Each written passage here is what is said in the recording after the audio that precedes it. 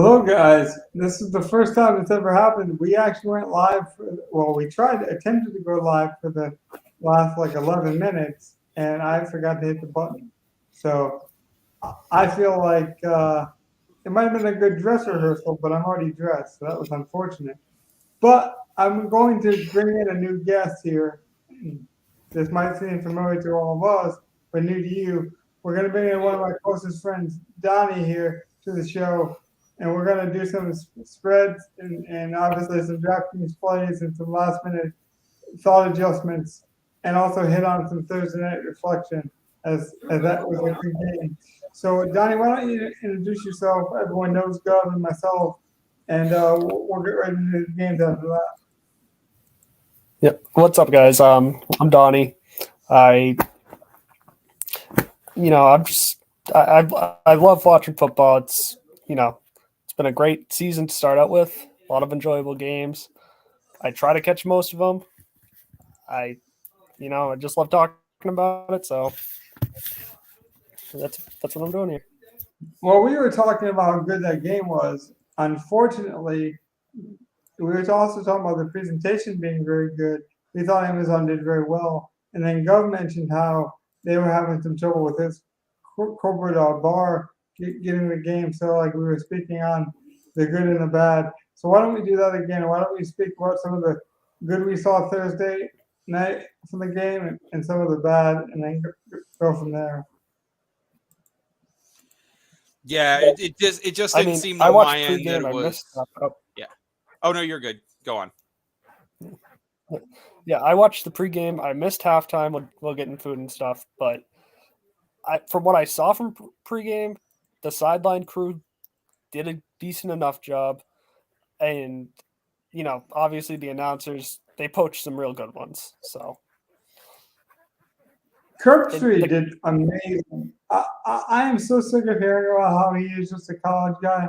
He has proven it to me over his analytical approach and just like his deep knowledge of not only college but how they translate. Like if you've ever listened to him break down a draft prospect, he's very good at like how it translates to the NFL. Similar to Daniel Jeremiah and Bucky Brooks, like they can go from college to professional almost seamlessly. And Kirkstreet did that from an announcing standpoint. I thought very well, and I had no doubts that he would or he could, but I don't know why people thought he was incapable. I actually thought he was like one of the top free agents once I knew he was available for professional jobs.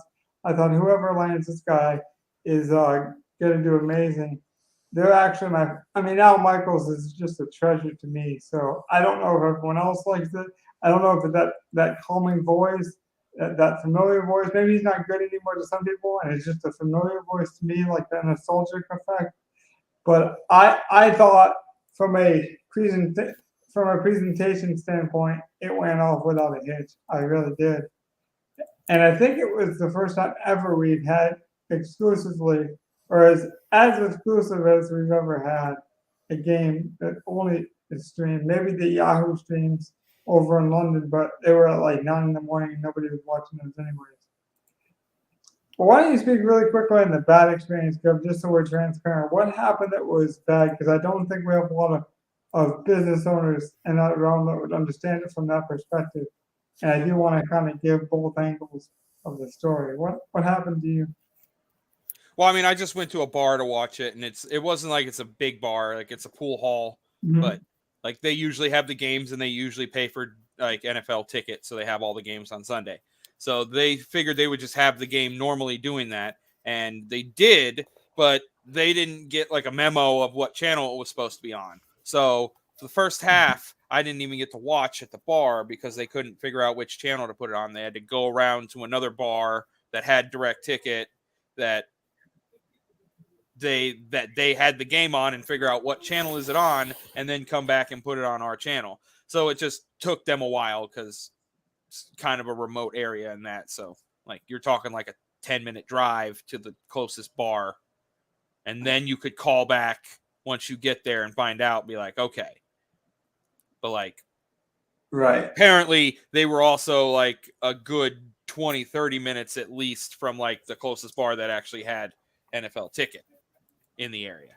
Kind of a remote area I live in, let's just say. But well, similar to our sponsor in the Record Eagle in the newspaper, it's nice when grassroots movements happen in that way. Go for where like one bar is not being too competitive, or when one newspaper is not being too large. They wanted some recognition outside of their small community, so they reached out to us to support the Record Eagle in Jarvis City and just like journalism and reporting. And they did it through a podcast, which isn't traditional media. So like you love to see that kind of thing, and it's similar to like when bars help other bars. You could easily say, "Oh, they're competition," but that kind of camaraderie when it overlaps, it's almost like correlation and DFS. It becomes magical. Speaking of connections, we did see at least a really good game, a complicated game, and even some heroics at the end of the game. What was your initial takeaways from the game, Johnny? Well, the biggest thing is how is Herbert? That injury looked pretty bad once he came back into the game. The third down where he tried to throw it away instead of just kicking the easy first, he couldn't even get the ball out of bounds, it felt like. Then the very next throw, he lasers it downfield and looks fine. So I'd love to see how it affects him later on, but it's.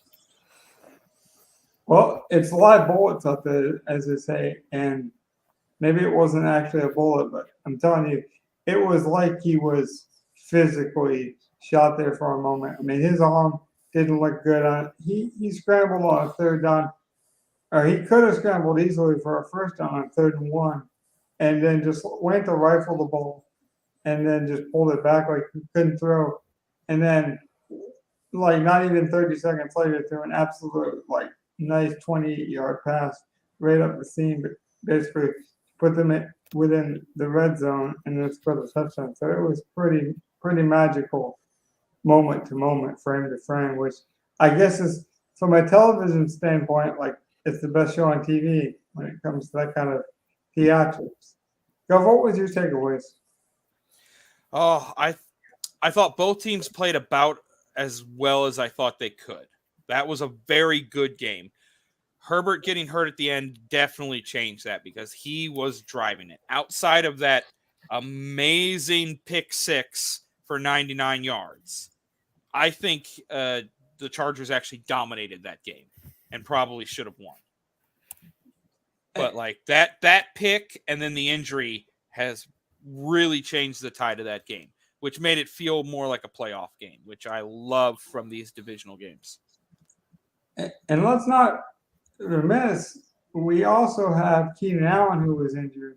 So that could be some forecasting, obviously, down the line for Draftkings. But like the way that the Chargers were able to compete with an injured Herbert down the stretch, already having Keenan Allen missing, who definitely is, at least at this point, a number 2 and a vocal leader of that team. It was pretty inspiring what they were able to do and overcome. Now, I will say what was really cool about this game is it was as entertaining and as exciting from a lot of different groundbreaking points. We mentioned how it was the first ever streamed game, I think, in NFL history, where it was pretty much exclusively streamed outside of the London experience with Yahoo, where NFL kind of sampled it. It went off without a hitch, but it was a different style of game. Like I think a lot of people expected scoring, but that Chiefs defense is pretty good. The addition of Reed and the development of Bolton has been really impressive. And then it allows guys to feel pushed. Like Chris Jones looks more motivated than ever. Things of this nature. So I just think like everyone's talking about Mahomes and Herbert, but we got to remember the 7th round rookie for the Chiefs made probably the play of the game, similar to the Patriots Seahawks. I hate to bring that up because Donnie's such a Patriots fan, but I mean, obviously, it was in a moment of triumph for you in that one. But it's one of those things where you're on the red zone, and then the other team flipped the field, and now they're scoring. So like moment to moment, that game was incredible. Another person that stepped up really big, I thought, was Will Clapp.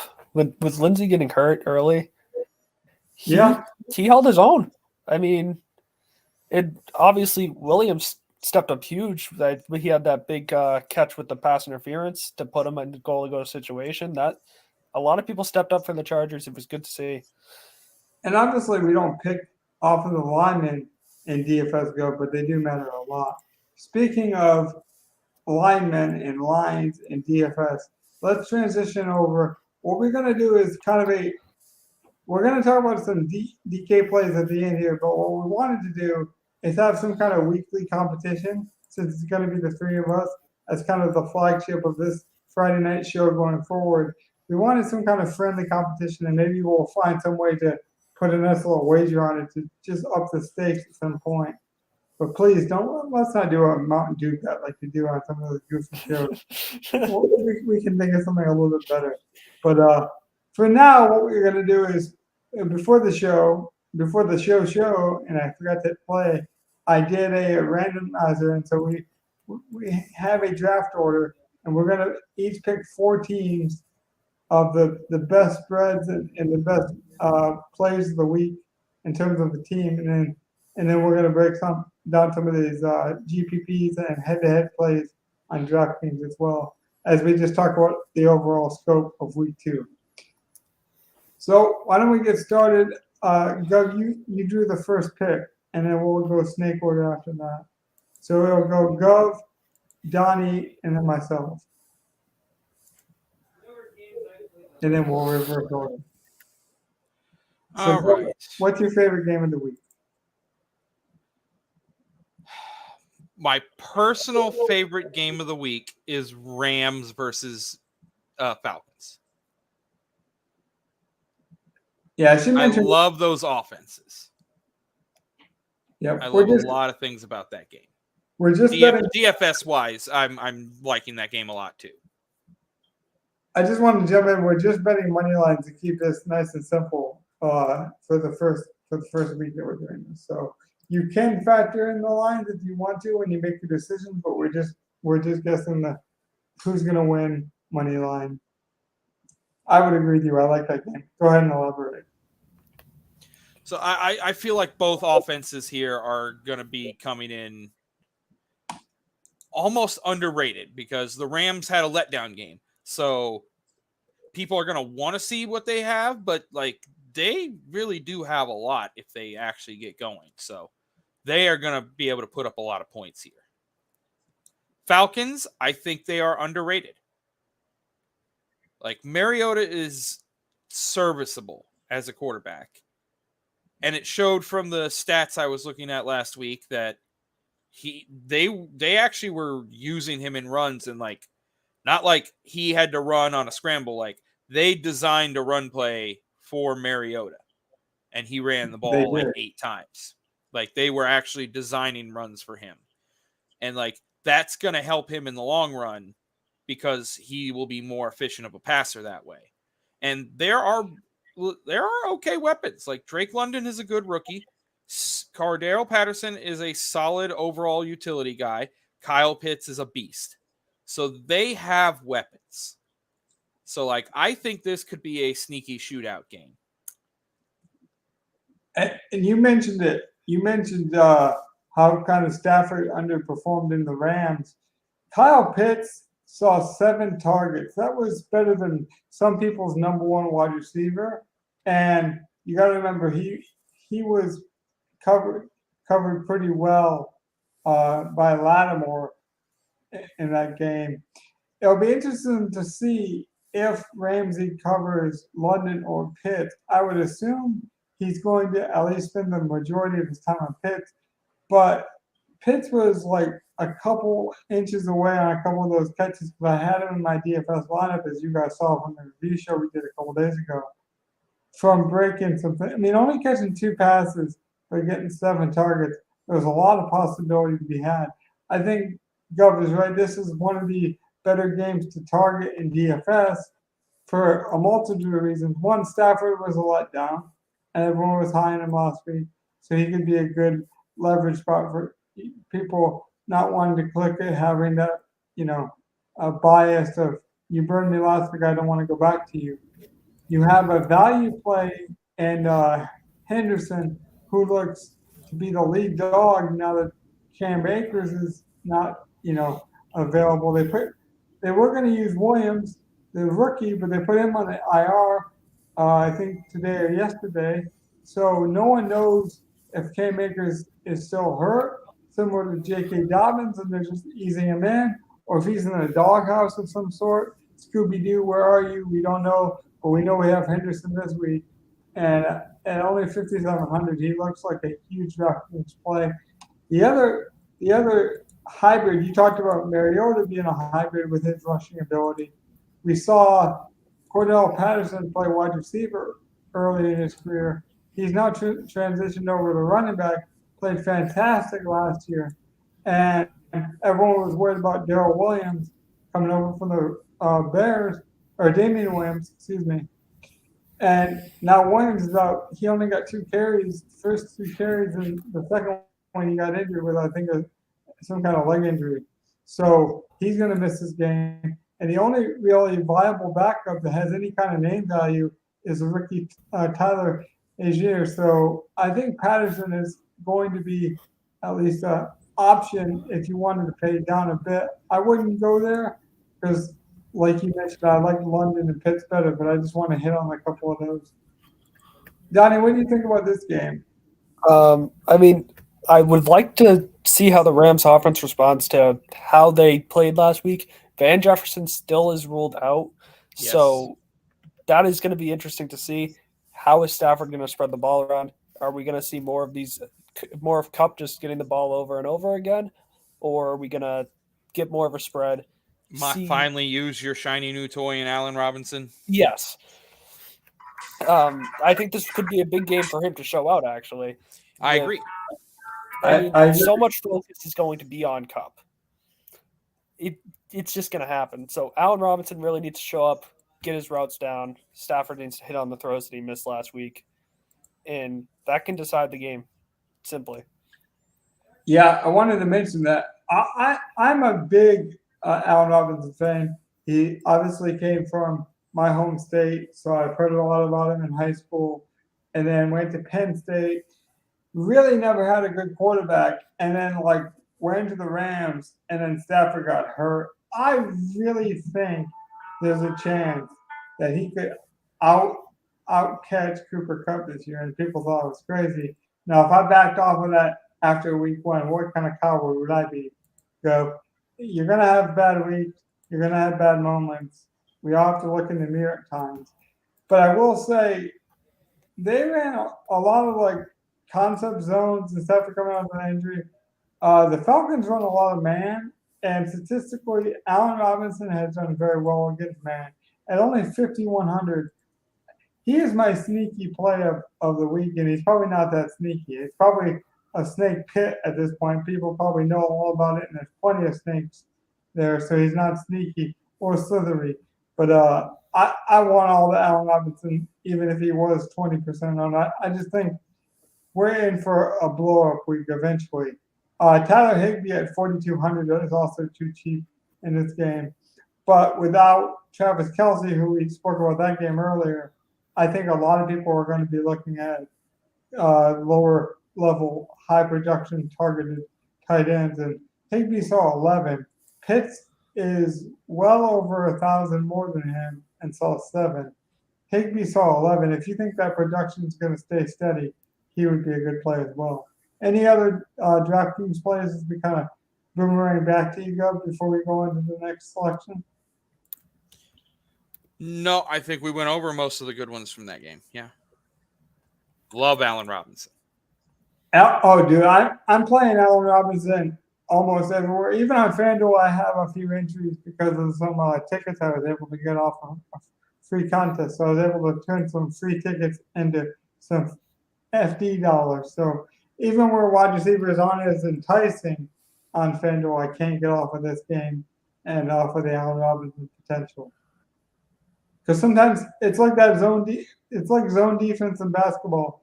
the whole point isn't to cover the whole court. It's to be where people aren't, and kind of be in spots and confuse people. And I think everyone's going to just say, well, we saw it all last year. We saw it in prime time. That's what it is. And I think Allen Robinson is way more capable of being a solid number 2, similar to Higgins and Chase. I think we could see the similar thing with Robinson and Cup as the season goes on. Donnie, why don't you make your first selection of your game of the week, and then we'll break it down. All right. I think honestly, by far the best game I think this week is going to be on Monday night. Vikings Eagles. Those weapons on the Vikings versus that Eagles secondary that looks on paper at least very, very good. Jalen Hurts, obviously, he's gonna be a fantasy monster this year. We've all kind of figured that out. And against that Vikings secondary, the defense, it's not as great as you want it to be. So how a rookie coach handles that dual threat quarterback to his defense, it's going to be interesting to see. Adam Thielen, I would guess Justin Jefferson and AJ Brown aren't going to have a repeat game like that. So again, I'm interested to see what other guys will step up, whether it's Adam Thielen, maybe KJ Osborne comes in, or Smith even. Do you like Thielen as much as me and Gov like Allen Robinson for that same similar kind of narrative where it's Jefferson saw all the targets last week, everyone forgot about him. Thielen would be a good play if he played a Thursday and Monday slate.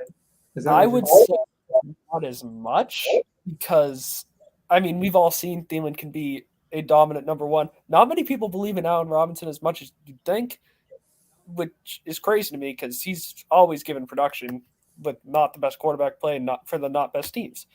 So it's going to be interesting. But what I find interesting about the Jalen Hurts discussion is just how efficient of a rusher he was without really putting up much variance in the passing game. We saw him go a lot to AJ Brown. I really could see more of him from a passing standpoint. So from a long DFS standpoint, I think going into week 3, he could be sneaky good. Going on Monday night, people will forget about him. Some people don't play showdown. People will look at the passing yards and say, yeah, he ran the ball, but I can get that from Trey Lance or I can get that from Mariota. I really think Hurts is in line for a good season as a passer. And just as maybe one of the top fantasy quarterbacks overall because of that. By the way, did you ever make an official pick whether you like Rams or Falcons? I am officially on the upset in that I like the Falcons. You like the Falcons, okay. I just want to be clear. Oh, yeah, that's fine. Yeah, I would take the money line on the Falcons, yeah. So since it's not on the main slate, we don't really have to do any breakdowns on the DFS standpoint on that game, Donnie. But what I would ask, though, is just to go around the table here, what do you guys believe in more? Do you believe more long-term in the Vikings defense or Aaron Rodgers regression? From a fantasy standpoint, what do you think of this? Like, what do you take away? Was it are the Packers just not as good as a fantasy option as we thought of? Is the whole like Aaron Jones, Dylan muddling situation, is that just going to be a problem? Is Aaron Rodgers going to be more? Does he have a trusted wide receiver? What was kind of your fantasy takeaways? Or is the Vikings that good? Like 42 points from, is he just the new Cooper Kupp? What do you think? Jefferson is amazing. He is a top 3 receiver in this league. There's no question. He could be the best receiver in the NFL right now. I agree 100%. I agree with that. So like that yeah. I had him ranked ahead of Kupp in my projections. And I would have him ranked ahead of Kupp as well.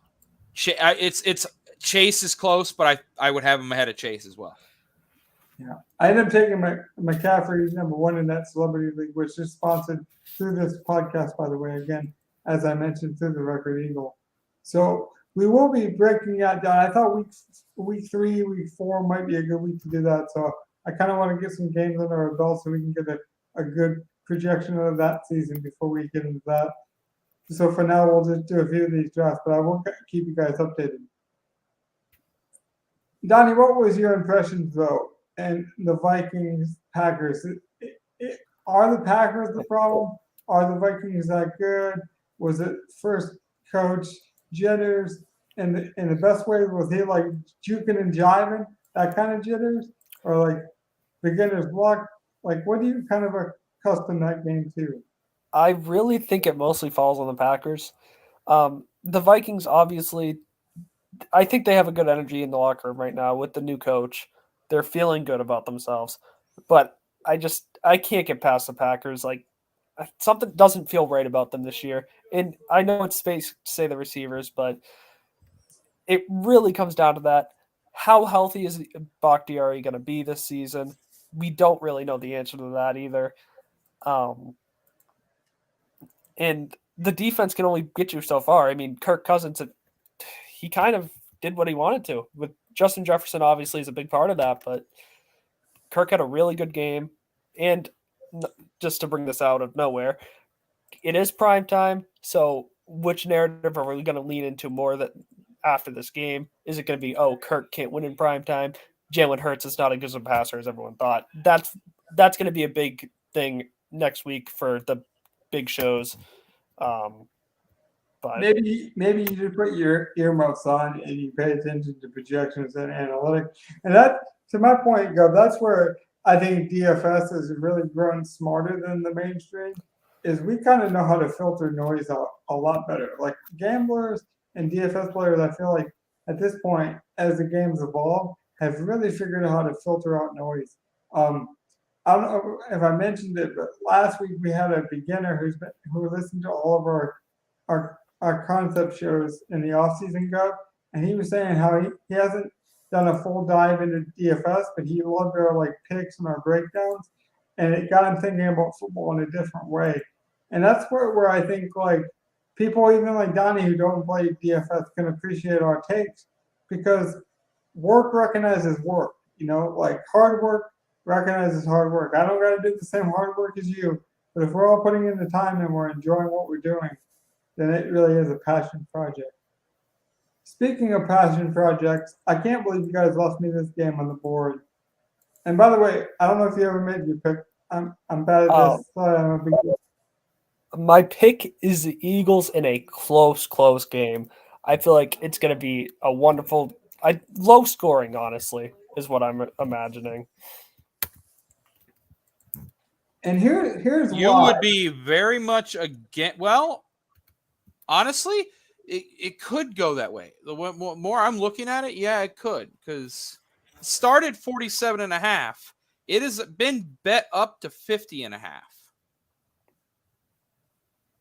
But I don't know. Like that could be one where maybe it's actually not going to be a 50-point game. I'll tell you why I like the Eagles in this game as well. Is because I like the Slay Diggs matchup. I think Slay is a really good man-to-man corner, and I think even Zoni's pretty good still. But I think he can handle Diggs, and then I think the combination that they'll throw at the Josh Allen is going to be interesting. People forget about. You're on the wrong game. It's Eagles Vikings. Oh, sorry. See, they're both on Monday night, so I'm confused. Yeah, but that's how much I like the Eagles. I really would still take them to beat the Bills. I do think those rushing quarterbacks do cause a problem.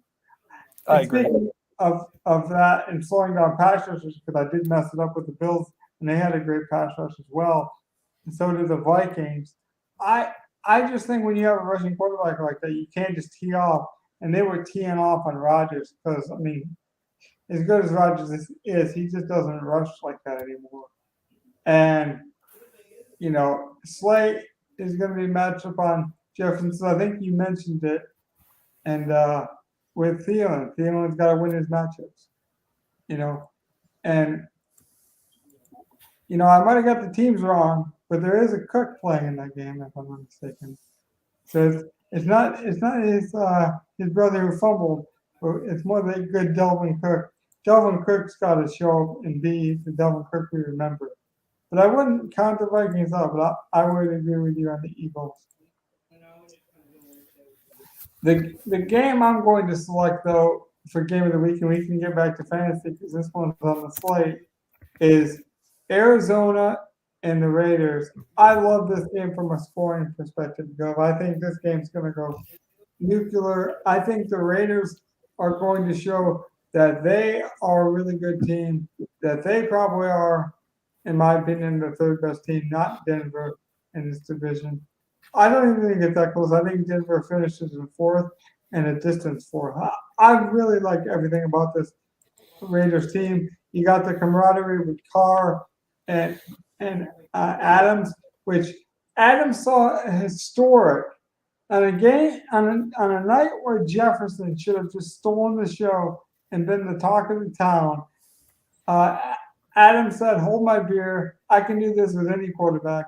In fact, I'm going to do this with my friend, and I'm going to get 43% of the targets on my entire team, and I'm going to do so easily." I think he ran also the most air yards of any wide receiver. I believe he saw 17 or 18 targets, 17 officially, but I think one of them might have been 18 that sailed completely out of bounds, and they weren't sure if it was going to him or Waller.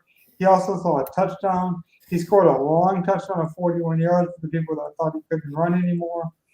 I know he's at 8,600, but with the way Burrow looked and the way Higgins is not going to play for Cincinnati, I would say a guy like Chase is overvalued at 8,000. A guy like Adams on DK at 8,600, I still think is a tremendous value, especially if you can consider Christian McCaffrey a top guy still. I don't know why you would go away from Adams in this scenario, especially since you don't got to make that decision with Jefferson. So I love Adams. You can pair it up easily in this game with Greg. See, I've heard it pronounced different ways, so now I'm confused. I've heard it almost a French pronunciation. Some people call him Doge. Some people call him Doge. So I'm not sure exactly how you want to say it. All I see is dollar signs because I see value. And people will talk about ownership at 3,500 with Greg Doge, but I don't really care. It's one of those things that I think he's a glaring value. So when something shines in my eyes, sometimes you got to take a look at all these outs. Yeah, you look at it on DK. There's literally no one other than him, Dusty AJ Green, and Marquise Brown, who can't take a 17 target load like Devontae Adams. So it's like he's gonna be used and he's cheap. Even amazing play. Yeah, even Victor Bolden, who came in from the USFL, to replace some of these injuries. Once they found out that Hopkins was out and Rondell was injured, they brought in Bolden, and now Bolden is out. Oh, what about the guy they used before who used to be there, Andy Isbell? He's out. Yeah. Oh, what about the guy from last year who filled in for DeAndre Hopkins? Who was that? Antoine Wesley. He's on IR. They legitimately don't have many other choices. Now, I'm going to be honest with you. I think this is a free spread this week. And this is why I say this. It's not – he could go out and score – I put up 183 Draftkings points with 2 zeros in my line from the Detroit Lions defense and Daniel Bellinger. Just because that 3K allowed me to get to Chase, to Jefferson, and to Swift, and some of the other better plays. He allows you so much flexibility, and we don't talk about this concept enough, but we do talk about it sometimes, and that's PMR. Him being a late game too, and so you have that optionality throughout the whole day. And the defenses have been proven to be called what I consider fun fantasy defenses, where they get a lot of sacks, they take a lot of chances, they jump a lot of routes. When I talk about jumping routes, I mean corners, like the cornerbacks are known for taking a lot of chances. Hobbs is a slot corner who's undersized, who's like the Raiders' best corner, and he's not even has that much experience, and so this game could easily be a shootout. I'm taking the Raiders in this game, but I would say a 14-point spread, maybe a 10-point spread, but a fun back and forth game. But the Raiders have control the game the whole time. Hunter Renfro, similar to the Justin Jefferson kind of, you're going to take the number 2 because number 1 went off. Could be a good play. If I was going to pivot off Adams, I would go to Waller, but like Kittle keeps screaming my name because Kittle might play and he might go under value. But this is a week without Kelsey. So I do think Waller is a possibility as well. It's funny that some of the games we already mentioned have the best tight end options, but I think this could be a fun week for tight ends between Waller, Pitts, and even Dallas Goedert if you were playing that slate. I did not hear the name James Conner. How do you feel about him? I think Kyler Murray is the best running back. That's fair. I actually love James Conner. I think he is one of the main focal points of that offense because he's going to be one of the main guys out there trying. I am on team Call of Kyler, if you want to call it that, or whatever you want to say. And I believe Call of Duty Beta came out this weekend. It did. It came out today. If Kyler don't play well, I will not be surprised. Let's put it that way. Yeah, all 3 of us are gamers, and we know pre-order bonuses and betas and special editions. I'm telling you, that man just got paid too. He better have bought all the cosmetics. He better have like the collector's edition. No, that's the problem. He's going to be on the stream playing Call of Duty all weekend, watching no film. He's going to get on the field and just hope his arm and athleticism can win a game when the Raiders are they're going to Vegas. Like, and Chandler. I mean, if one thing, Kyler's not going to get in trouble in Vegas. He's going to be on his laptop playing Call of Duty. Here's the one thing I will say about that, though, in a funny but also very true way. I almost wonder if it wasn't like a jump the shark moment like Dan Campbell. Like, I've been saying this when we hired Dan Campbell and the kneecap joke started popping off. I think Campbell did that on purpose to steer attention away from things that actually mattered, and he knew the media would run it with a gimmick. I'm not so surprised. Would be surprised if that whole thing came out and actually motivated Kyler in a different way. Like, oh, you guys thought that was funny. Well, let me actually double down. We saw him in the preseason calling plays as a coach. I think they thought that'd be a teachable moment, and maybe it was, but he actually excelled quite well in that role. I thought it was a unique perspective, and I'm all for alternative medicine and alternative therapy. So I actually kind of like the narrative and like the story behind it. And of course, Johnny, I ain't gonna hate on a guy like James Conner, who's coming off of cancer and just an amazing NFL story. And for us, really, just like one of the better like man of the year candidates every year, James Conner. But at this point, he's just a hammer. Maybe like an AJ Dillon type, where it's like he might do Jamal Williams here and get you 2 touchdowns at the 1-yard line and finish with like, a modest 50 yards. It's just there's so much other value. I would rather play, Renfro, Waller, Adams,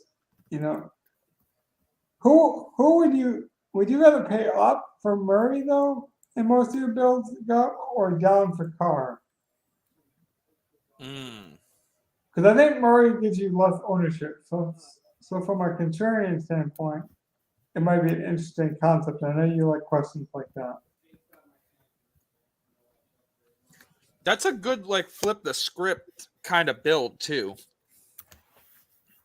And because of literal what is available, there's a very small target market window. If you go Kyler with one of to be honest, I almost think you have to go Kyler, Dortch, Marquise for the ceiling.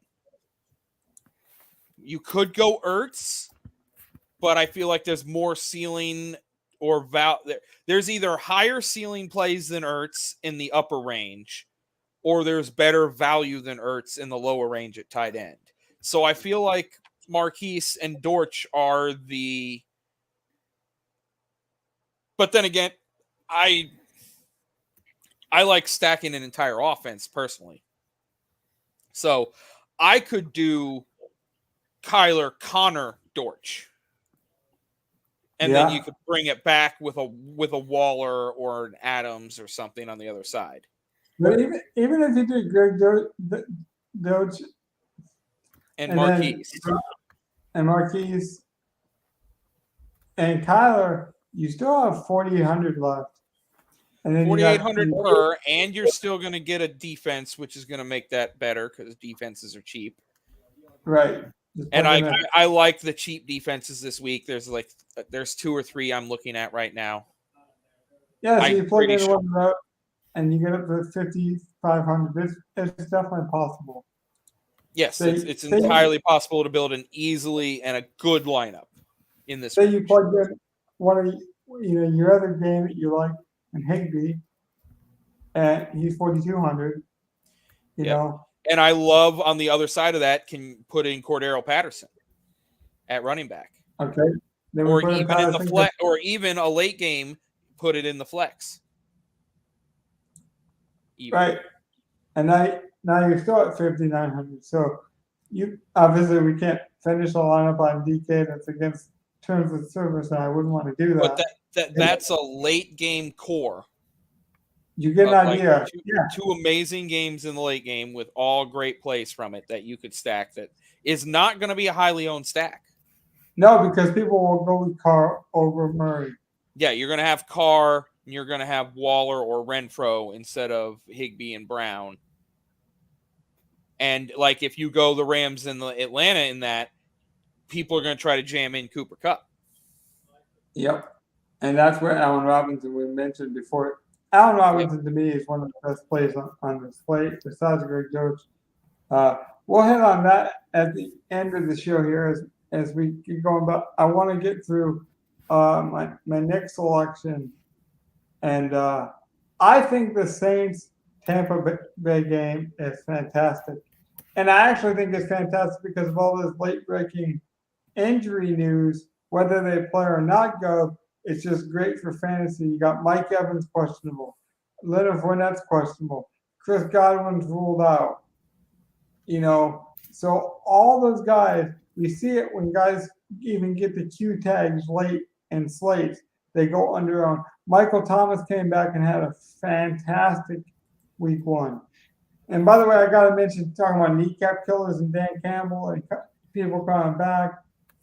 DJ Shark and Michael Thomas both had multiple touchdowns coming off of major leg injuries after showing tremendous promise in their early careers and hadn't played in almost 2 years combined for each of them. So for Shark to get a touchdown and Thomas to get a touchdown, basically I think within a 2-minute span of each other too, they had scored their touchdowns. Logan, I just want to add here. They also have Kamara and Mark Ingram questionable for the Saints with Jameis, but I'm sure Jameis plays. So yeah, I heard that Mark Ingram was cautionary because they're really worried about Kamara. But like to our point though, if you see those Qs or even those out symbols, that opens up tremendous value or possibility for just low ownership. But I just love this game from a pivotal standpoint of like everyone sees all this, the ownership could be low, and this could be a crazy good shootout game. Agreed on all that, yes. Look at all these Qs in the running back. You mentioned it, Donnie, so I'll let you go. What do you think? Does Kamara miss? I think Kamara is going to be limited to what he's able to do. Maybe just as a third down guy, occasionally comes in for early downs. But Mark Ingram, I think, will play a lot more than we saw last week. Because, Saints, they used Mark Ingram a decent amount already. Why not just let Kamara rest? He's had some issues with injuries. It's early in the season to commit to just giving him the ball a bunch. Yeah, I want to also mention Jarvis Landry saw the deepest targets he has seen in his career in a consecutive manner in week 1. He had never seen over, I think, 3 deep targets and 6-year career. So like the fact that he saw a 9 and actually like almost caught 2 deep passes, well, almost caught 1 deep pass, but was targeted on multiple deep passes in that game. Still came up with 21 points, so was still Mr. Slot consistency guy. But if Jameis continues to look at this guy down the field, which I always thought was possible with him, he did catch 7 out of the 9 targets. So, like I say, the consistency was still there. Jarvis Landry at 5K is a really good Allen Robinson and a tight, sneaky play. People probably know it, but it probably went under the radar because there was so many good early games that people just remember the last 30 seconds of that game where the Saints kicked the field goal. Jameis didn't look that bad either, but the thing about playing Jameis that scares me is Taysom Hill stole the touchdown.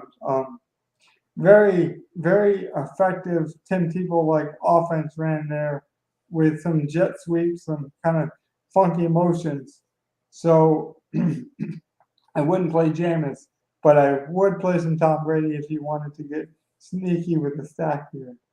Because their target tree, we talked about Arizona's could be shrunk. And I like, you guys probably see a narrative with my game, but I like it when targets are shrunk and games can get a bit wild. Because those are the games we see go under the radar and then all of a sudden blow up for huge scoring outputs. I know me and Gov called the Lions and Philadelphia game sneaky last week on this podcast for scoring potential. And this is another one between the Saints and the Tampa Bay Bucks. Any other DFS plays I'm missing, Gov? I'm watching on the news. Like, I think Ingram could be sneaky good. I agree with Donnie. Like, if Kamara is limited in any way, they're going to want to run the ball more than they're going to want to pass with Jameis.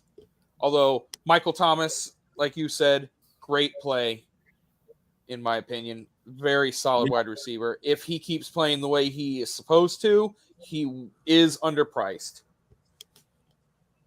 Yeah, truly, I would play Jarvis Landry everywhere if Michael Thomas just wasn't $800 more. Yeah, but agreed. You could easily see both of them getting there if you wanted to stack it. The problem is, with double stacking that game is Taysom Hill might throw the 1 touchdown, on a goal line to Thomas, and then Jameis throws the other one to Jarvis, and so it's just that split. But who would you rather play, given the injury concerns? Would you play Williams or Ingram if I locked you into it tonight? So we don't know Swift's 100%, and we don't know Kamara's 100%, but you can't switch them after you say the name. Who do you play? Donnie, go first. Ingram. I wouldn't hesitate to say Ingram. I was about to completely say Williams. I would play no hesitation. Williams. As good as Ingram is, I hate playing running backs against Tampa. Their defense is just too good. And we've seen with a healthy Swift, they will use Jamal Williams.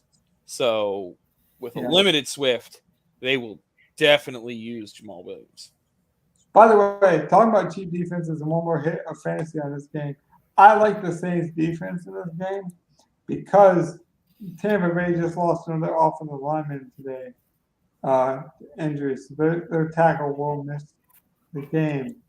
So we talked about how offensive lines don't necessarily, we don't pick one, but they're almost as important as kickers in fantasy, if not more. We just don't see it in the same viewpoint. But they matter to running backs a lot, and they matter to quarterbacks. And so you should obviously target a team that's coming off injuries with that defense. And I think the Saints, with a obviously not mobile Tom Brady at this point, could get some sacks. Go ahead, go with your next pick. We're only going to pick two. Who do you like? Who do you like? Oh, who do I like to win? Yeah. I forgot to mention that's it. I got such DFS brain, man. I just read off all the plays. I got the Saints. Yeah, not a bad pick. I think they're healthier, and their defense isn't as good, but I actually like their offense better than the Tampa Bay Bucks offense. All right, I could go along with that. All right. But we'll only pick two because this is going on a bit long, but I do think we're covering some good teams. So All right. Yeah, well, you kind of took one of my two because I really did like that Arizona Vegas game too. But I do have a third, and that is the Dolphins and the Ravens. Okay. And I am on the Dolphins. I would take the Dolphins to win this game straight up. I love this game too, honestly. This game, I feel like there's going to be a lot of fireworks here. Whether it's low scoring or not, you're going to get yards. Yeah. Like Lamar, is going to try to put up offense. Tua with Tyreek and Waddle is going to try to put up offense. I think it's the fact that Baltimore is out its top 4 cornerbacks and is going to basically be starting practice squad secondary for the second year straight. Like even just from the first game, like the guys they started last week are not there. So even from last year and last week, 4 new guys. So like this could be a torch fest for Miami. And if that's the case, then Lamar's going to have to turn it up. So like I personally think that it's probably going to be more of like a Miami smash. Like I don't know if it's a heavy fire, like it can have a lot of fireworks, but I could totally see Baltimore crapping the bed, having like 12 points off of just field goals, and Miami putting up like 25-28 and just dominating this game the entire way through. I will say I love Mike Gesicki in this game as well. I was just going to hate on him, so I want to know why you like him. Well, I mean, they're really centric on those receivers last week. The corners, obviously, they're going to want to attack it. But if, for whatever reason, the Ravens decide we're going to use the safeties as help on those receivers, Gesicki is going to be one-on-one with linebackers. He will eat linebackers alive. Yes. He will eat them alive. That is correct.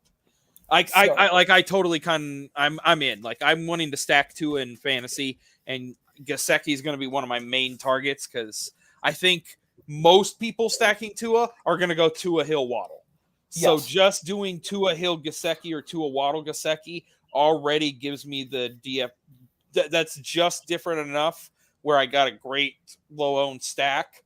Now I can just and like I love.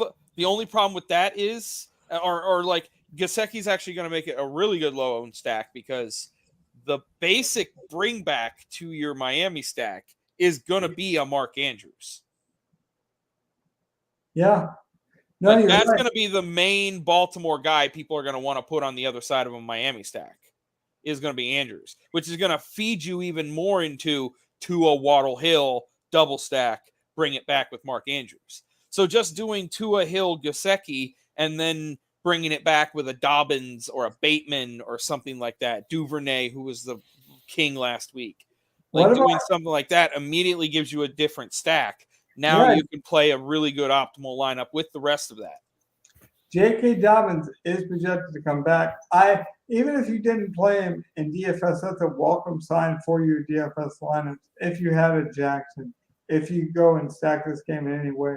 Because I do think Dobbins does increase the points total of this game. You know what they say? 1 is the loneliest number. And Mike Gesicki was pretty lonely last week.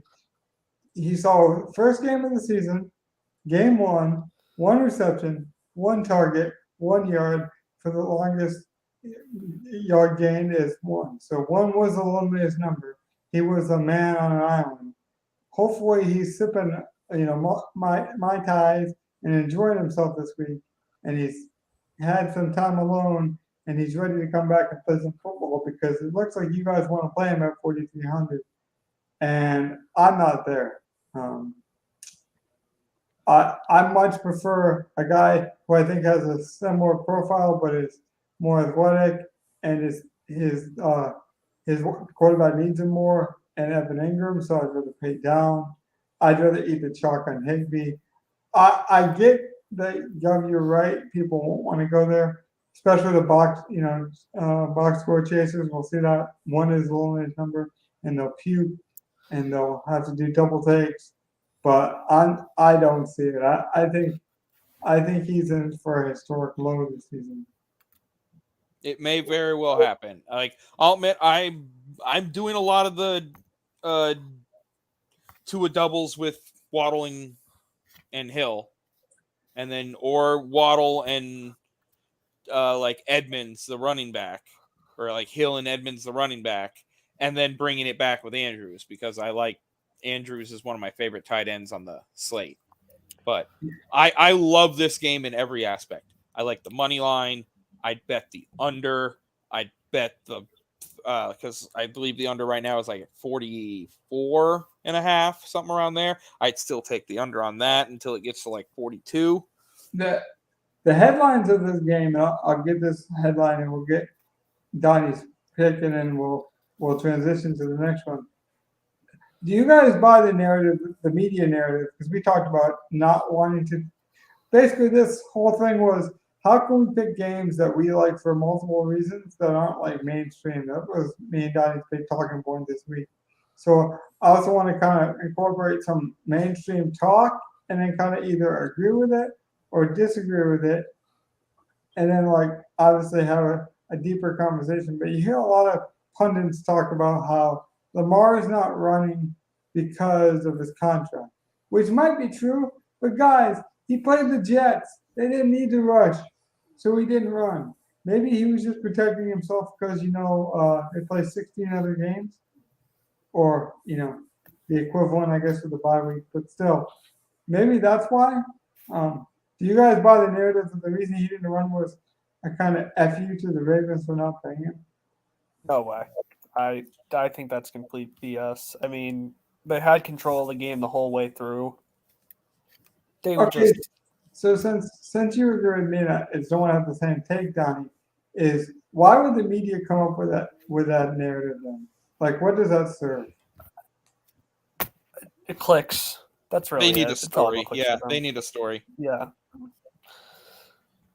So you agree, Gov, as well from a fantasy perspective. No fear. You expected Jackson to be one of the highest guys every week. You think he'll still run at a pretty high clip. You still think he could be Superman, Jalen Hurts style quarterback for fantasy? Yeah, fantasy wise, yes. I've never had a great real quarterback thought on Lamar. I think I've seen him hit his ceiling. Like, we know what he is, and I don't see him eclipsing that. And at this point, I wouldn't pay him big money and I'd move on from him because I don't think you can build a winning team around him. He'll be flashy and he'll have fantasy stats, but he's not the prolific passer necessary to get you deep in the playoffs when you can't just run around with your athleticism. If they were the same price, would you rather play Bateman and Jackson or Murray and Marquise Brown? Murray. Bateman, Jackson. I think I would go Jackson and Bateman, but I actually think Bateman is like the next version of Keenan Allen. But that'll be a topic for another day. What was the next game, Gov, that you wanted to mention? No, it's my game next. I was about to say it's Donnie's game now. That was my other game. Oh, that was your other game. Sorry. My last game, I think it's going to be very interesting, is going to be Jets-Browns. Oh. I like the Jets here. Honestly. I like the upset. You're not wrong. I'm not off on that. Oof. Why? I think Uzomah is questionable, which is kind of scary to me. But there's just something about this game. Brissett against the Jets. The Jets, I feel like, have a sneaky defense. They're not going to wow you, and I don't trust the Browns' other guys to step up. I really don't.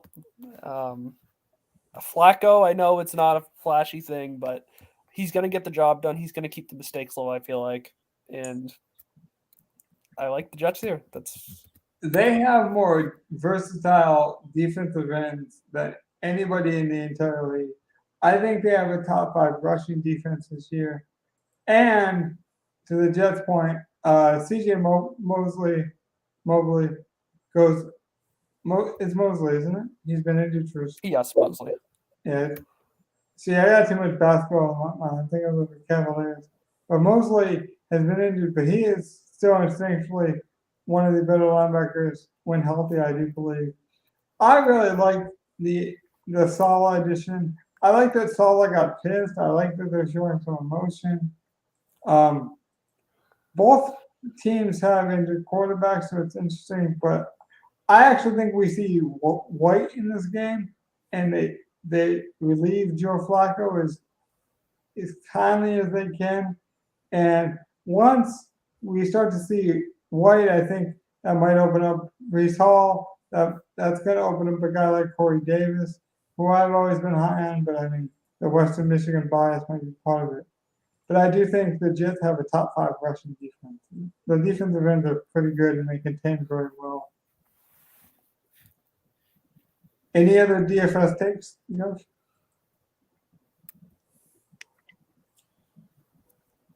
Nope, that's all I got. I'll put it this way, just so we can touch a little bit on Cleveland. Is Nick Chubb a trap? Because I would rather play, if I was going to play any Browns, it would either be Peoples-Jones or it would be Cooper this week. I would stay away from Chubb. I would stay away from Hunt. I think they eat into each other. Chubb doesn't catch enough passes. I don't know what Cooper's at right now, but I think Cooper has a chance of, maybe Sauce Gardner makes a mistake on a play and Cooper just gets a long one gone, and simple as that.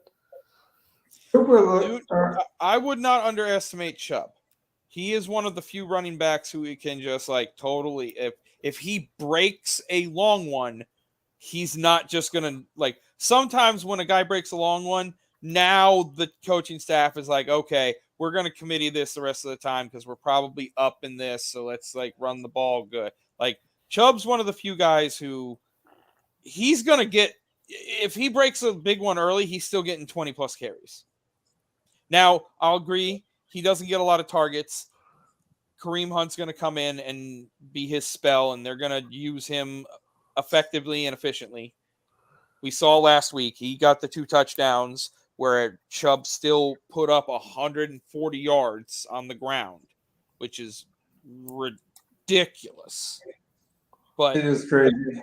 That's a large, you do that every game, you're going to be a plus 2,000 rusher. You're going to break records. You're it's insane.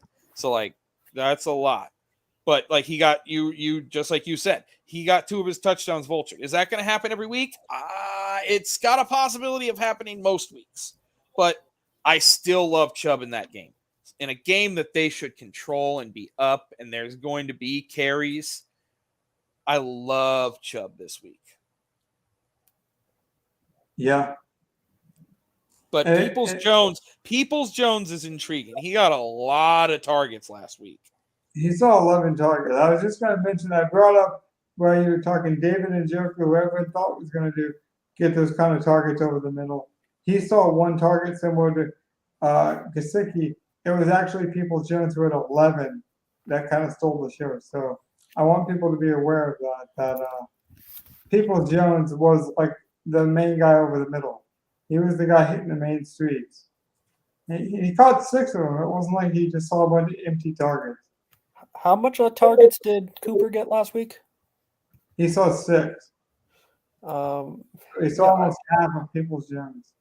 Yeah, I think they're going to want to get Cooper more involved in this offense this week. Yeah, as a Patriots fan, speak on Jacoby Brissett for just a minute. As a football fan, as a Patriots fan, you got to close to the situation at one point. What do you think about Jacoby Brissett? Is he viable?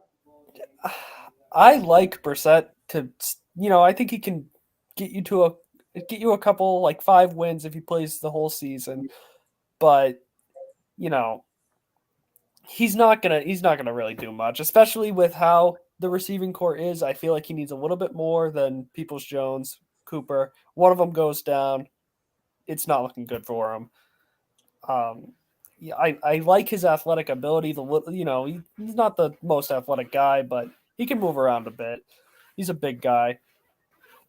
But, I just this week I'm not feeling him, and I've been on him for a while. I thought that he could make them at least look decent out there. But the Jets, in September, they're going to win eventually. I think this is the one. Okay, so I think we covered it now. I just needed to go over our picks and make sure we actually made picks on all these games. Who do you got winning that game? Jets and the Browns. Down. The Jets. Okay. So you have picks for everyone. You kept track, right? Yep.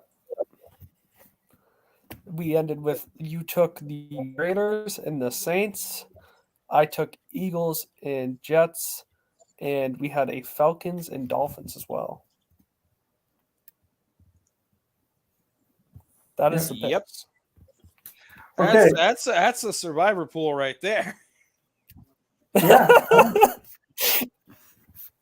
I like it though. We did it, and maybe in a couple of weeks we'll get some rhythm, and you guys will really like this, and we'll break down some more. But what I liked is we were able to go in depth with some games that I thought were key for fantasy and for different reasons. Now let's hit on some of these quick headlines here as we exit out. Just some quick takes. Would you rather this kind of scenario? How much? I've been making this argument for a while, Gavin. You tell me if I'm crazy, right? We got people playing fantasy football with defensive players now. I say get rid of kickers and add an offensive line the way we add defenses to fantasy. Am I crazy? I mean, it's a different way of doing it. I don't know. I'm not gonna say you're crazy, but I'm saying if we have to pick a kicker in daily fantasy, damn it, we should have to pick an offensive line. I think the NFL values them as much as you would value a quarterback in some instances. The way, if you look at some of these draft profiles, I feel like there are deeper leagues, like some of the ones where you get to draft defensive players, where they also would let you draft offensive linemen. But then you have to figure out offensive linemen don't have a lot of specific to them stats. Correct. Outside of pancakes and stuff. So it's hard to give them a fantasy score of any kind if there's no stats really associated with them.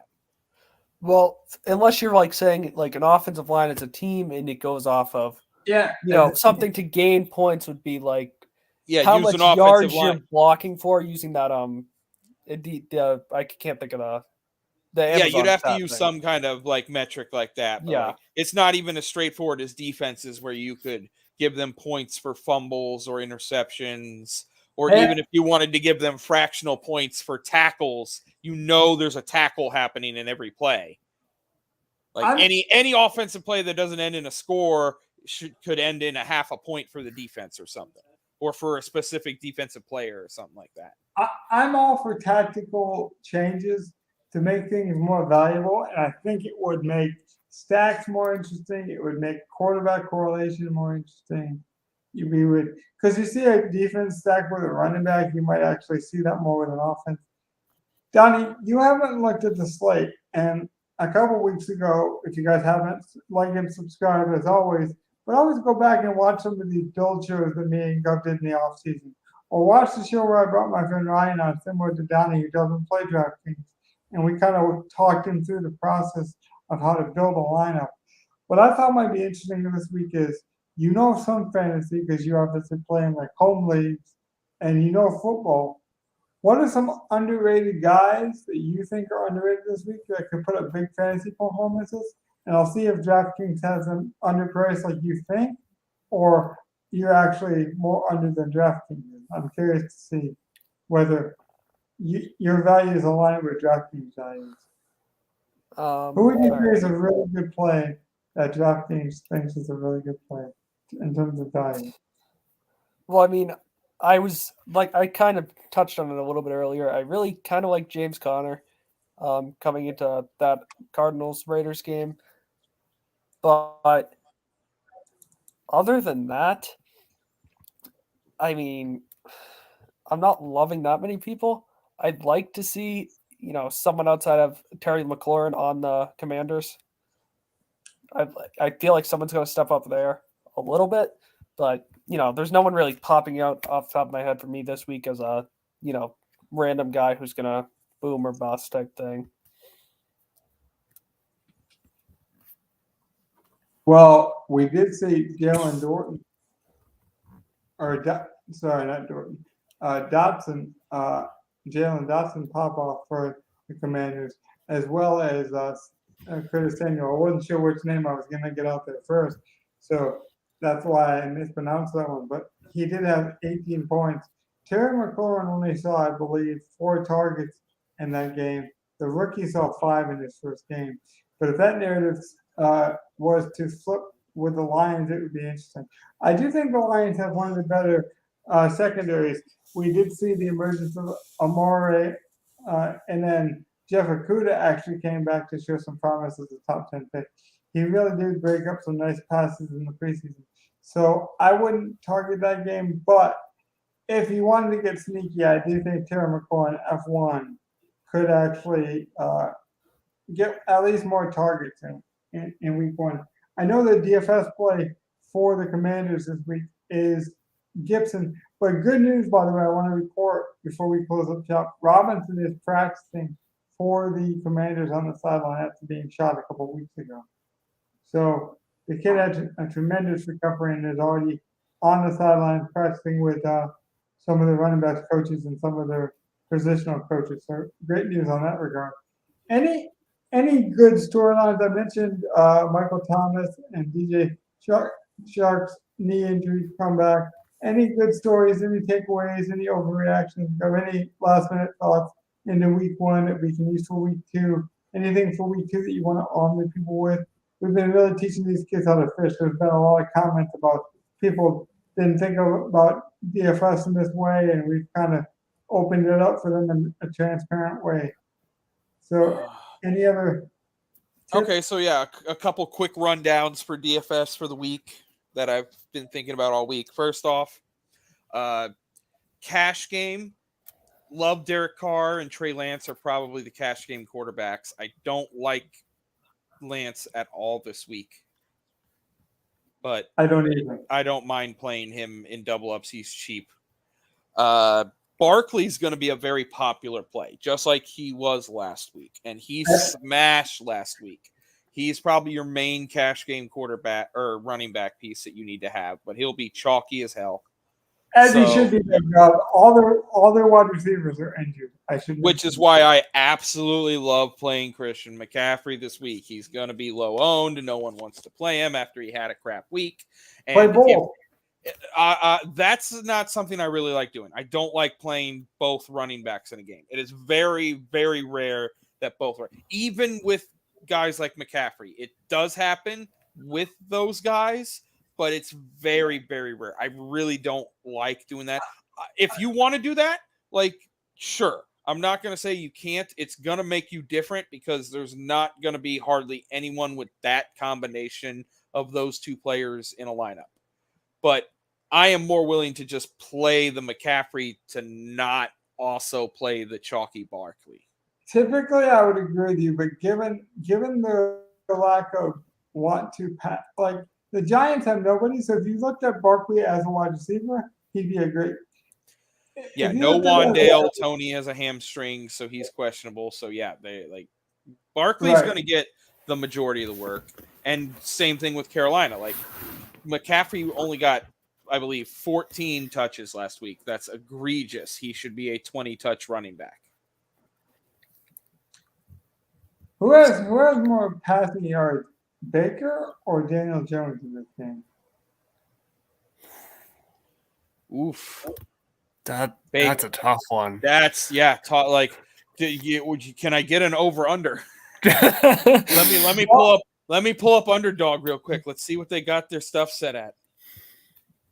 Because that's why I think you can go with both of them. I really do think a lot. They're just going to have short dump off. The ADOTs are going to be lower. Normally I wouldn't advocate for it, but I'm not going to do it myself just because I think Swift has McCaffrey-like tendencies. and he's cheaper.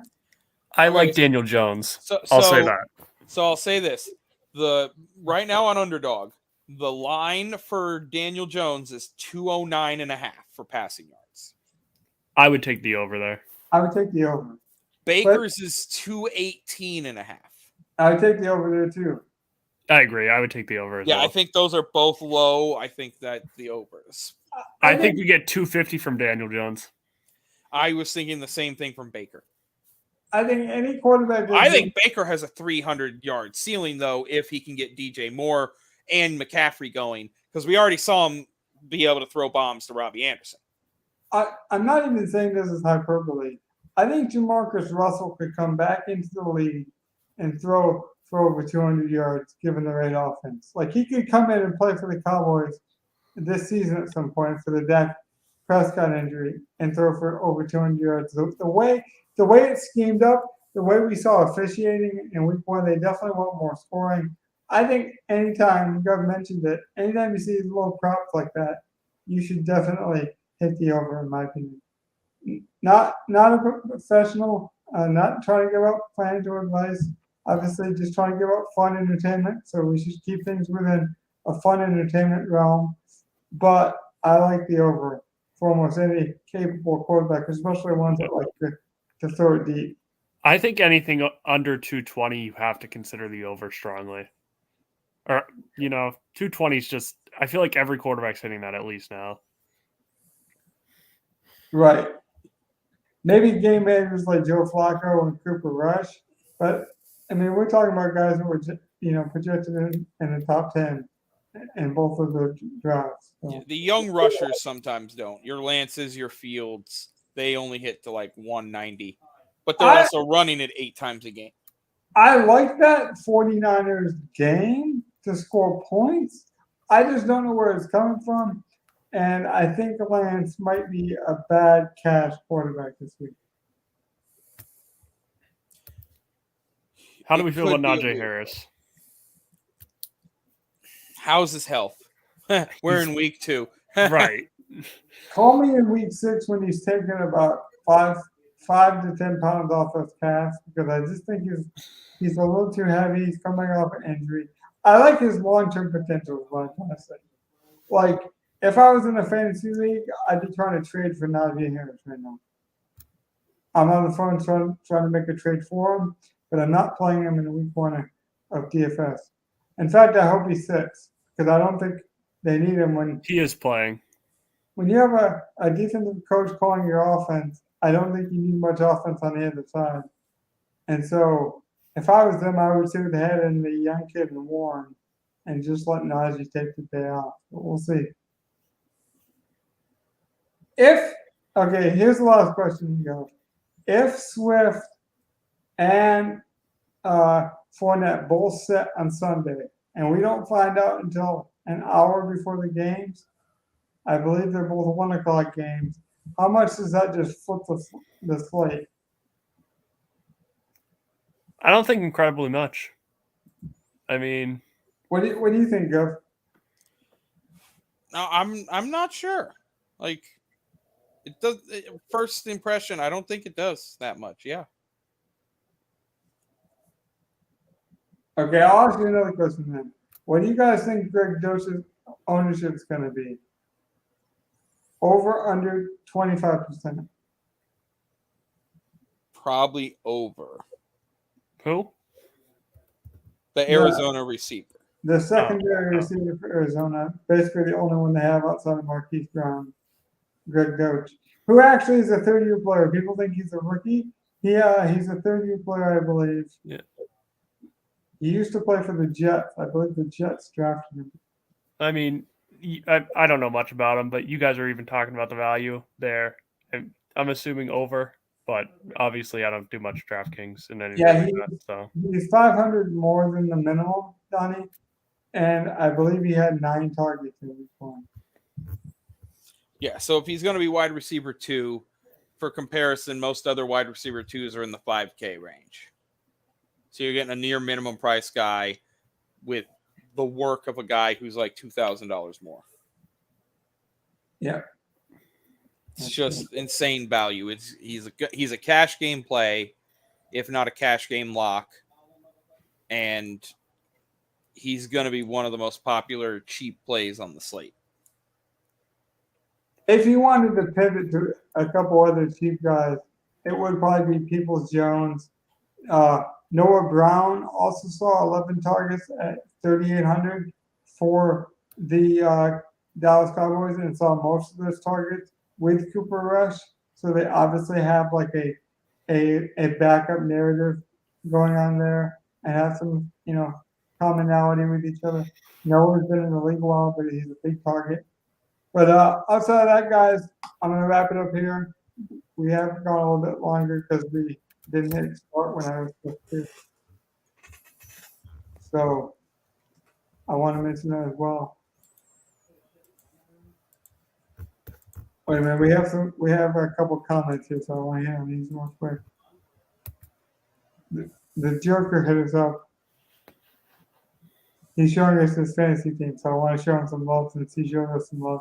I'll just flash him on the screen here, and then if you guys have any quick takeaways on this team, you can give him a shout out.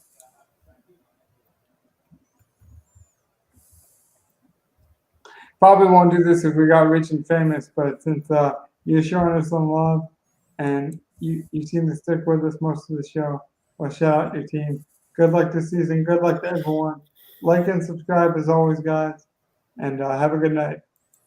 Yep. Like, subscribe, comment below. Love to see it. I think that team is pretty solid. Yeah. He might be the Joker. You might need a wide receiver somewhere.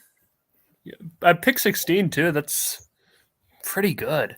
And 16-team league. That's not bad. If you can try to especially Josh Allen as a quarterback. Yeah.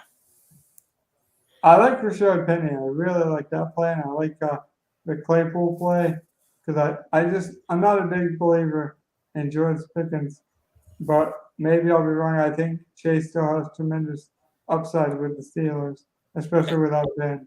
And this week specifically, if you wanted the advice, I would probably play Claypool. If not him, play Montgomery. Yeah. I don't hate the Bears in the Packers game, so Montgomery could get some run, but a lot of the guys were getting split backfields early on in the season. I think we'll see that. So Khalil Herbert's going to be a lot for David Montgomery. Well, so I think Claypool might be the safest. Yeah, I would agree with that because division games do get a bit wild. So if you do need an ace in the hole and you are down, that division game with the Packers and Bears, as you were mentioning. But also, don't forget, guys, just like we come at you Mondays and Fridays, ESPN Monday Night Football is a doubleheader this week. So make sure you save some money for the showdown and be responsible. Be smart. Have some fun. Don't bet more than you can lose. Stuff of that nature. But always join us again for some fantasy outlooks, some spreads, some picks, and more than anything, just be kind to one another. It can be a dangerous place, but let's take our hobbies and make money. That's the best kind of hobby, is the hobbies and make money. Have a good night. Later, everyone. Bye, everyone.